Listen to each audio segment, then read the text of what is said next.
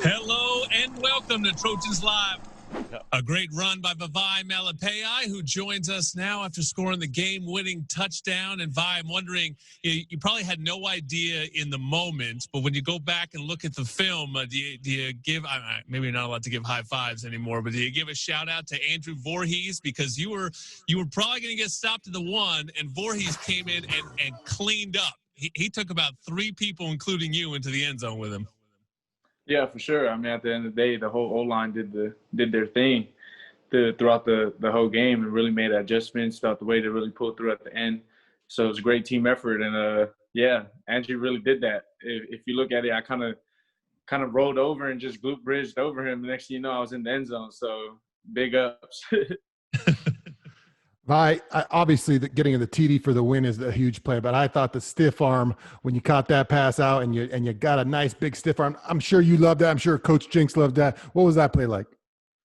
It was really just instinct. I feel like there's a lot of situations that we're put through in practice, and we have drills in practice that basically recreate that same situation where you're in the open field.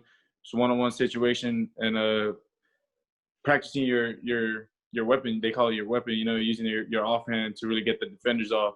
And that was just out of habit after repetition, doing the same drills over and over every day. It's in our ball security circuit. So, I mean, that's just drill tape coming into play in the real game. Sean, what happened with your hair during the break? Did you put your hair up for our guest here? Yeah. I thought the hat wasn't necessary. I saw Vi had it all natural, the curls swinging out, so I decided to go let the natural hair. I'm sure the fans on radio really want to know, but I can send pictures out if you guys want to see. Sorry, they'll see it on YouTube tomorrow. You can always rewatch the segments and catch all this great video action on the USC Athletics YouTube channel. Vi, your coachability I thought was really present. I mean, you're always an unselfish guy, but you called yourself out a little bit in the first game for stretching the ball out at the 1-yard line on first down. It led to a fumble. Boy, it doesn't take long. They say in baseball, the ball finds you. Well, the same situation found you, and this time you didn't. Just talk about a little bit, how you learned from that lesson in the first game and quickly applied it in a really important situation in the second game. Yeah, I feel like it really sucked at the time. You don't really get second chances. So I guess I was blessed to have another opportunity. And it was a great lesson learned. When stuff like that happens, I feel like you could go 2 ways. You could either get down on yourself and just be like, dang, or you can actually take the time to really look for the opportunity to just learn and grow from it. And it wasn't just me. It was my coaches who really emphasized, not reaching. Especially I think it was only like first or second down again. And it was pretty much the same situation besides being in the fourth quarter and game on the line and stuff like that. But at the end of the day, I feel like it was just a great lesson learned, improved from it, and I was able to go in this time and roll over Andrew Voorhees. We're here with running back Vavae Malepeai, who scored the winning touchdown for the Trojans this last week. And Vi, talk about the third quarter. I thought you guys had a chance to really take over the game there. I mentioned it to Coach, but you guys just couldn't seem to put any points on the board, even though with some good drives. What did the coaches talk about in that third quarter specifically that didn't allow you guys to get on the scoreboard? Just communication. A lot of miscommunication with our whole unit, really. If you look at one of the big plays Keaton had, it was a play action to me, and I kind of bumped into him, but it was just a miscommunication between both of us. And I mean, we still made the big play, but at the end of the day, we didn't finish that drive. And that's something we really need to work on and improve on, and not only in the games, but it starts in practice. So it's just taking the mindset of finishing drives and not leaving the field without 6 points. Looking at the running back position, it seems like Coach Jinx has taken a little bit of a different tactic to the way he's used his substitution patterns this year. I feel like in the past we've seen a lot of okay, this is your series, then you switch off. It seems like you guys maybe have a little bit more roles, whether it's short yardage or third down, or this is an obvious passing situation. How do you view your role, and what's that conversation been like with Coach Jinx in terms of where he feels like you are deployed best in this offense? It's funny because we really rotate a lot and as the drive goes on, but at the end of the day, besides the short down situations where like Keith would come in.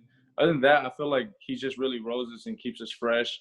And whenever he feels someone is the best in that situation, he'll put them in, especially if they get hot and they get rolling. But at the end of the day, it's just a matter of staying ready for your opportunity when it comes, because you don't want to have your opportunity come and you're not ready and you're not mentally locked in the game. So it's even when you're on the sideline, it's just feeding off whoever's in the game. So when Keith makes a big play, we all make a big play. When Steve makes a big play, we all make a big play.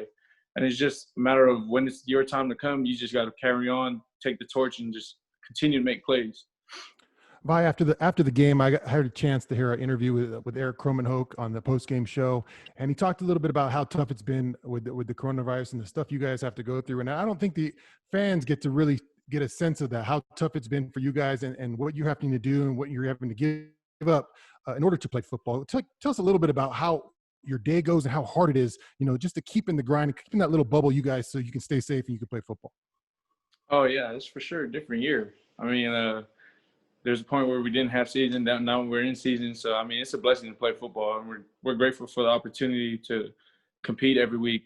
But at the end of the day, it is different. I mean, we're up at 5 every day. We have tests in the morning. If we don't have lift at 6, we have COVID tests at 6.